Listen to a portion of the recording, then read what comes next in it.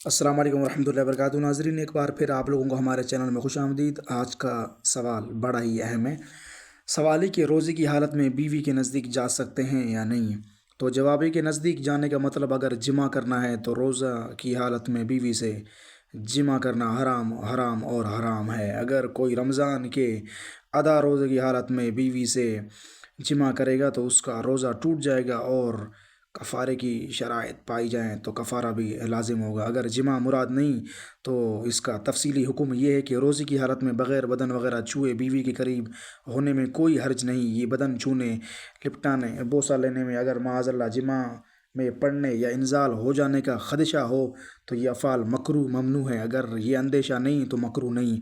مباشرت فاحشہ یعنی ننگے بدن شرمگاہوں کو ملانا مطلقاً مکروہ ہے، اور بوسہ فاحشہ یعنی ہونٹوں کو چوسنا چبانا بھی مطلقاً مکروہ ہے، اور اس دوران عورت کا لعاب حلق سے اتر گیا تو روزہ چلا جائے گا، اور بقصد لذت پی لیا تو کفارہ بھی لازم ہوگا۔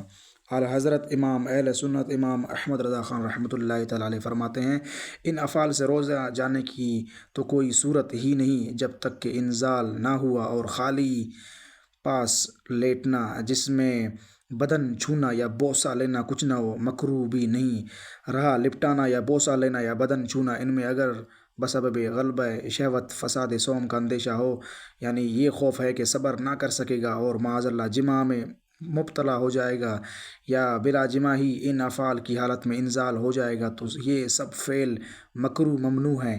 اور اگر یہ اندیشہ نہ ہو تو کچھ حرج نہیں، مگر مباشرت فاحشہ یعنی ننگے بدن لپٹانا کہ ذکر فرج کو مس کرے روزے میں مطلقاً مکروہ ہے۔ اسی طرح اور مسئلے جاننے کے لیے آپ لوگ ہمارے چینل کو سبسکرائب کریں، اور آپ لوگوں کا کوئی بھی سوال ہو تو آپ لوگ کمنٹ میں پوچھ سکتے ہیں۔ جزاک اللہ۔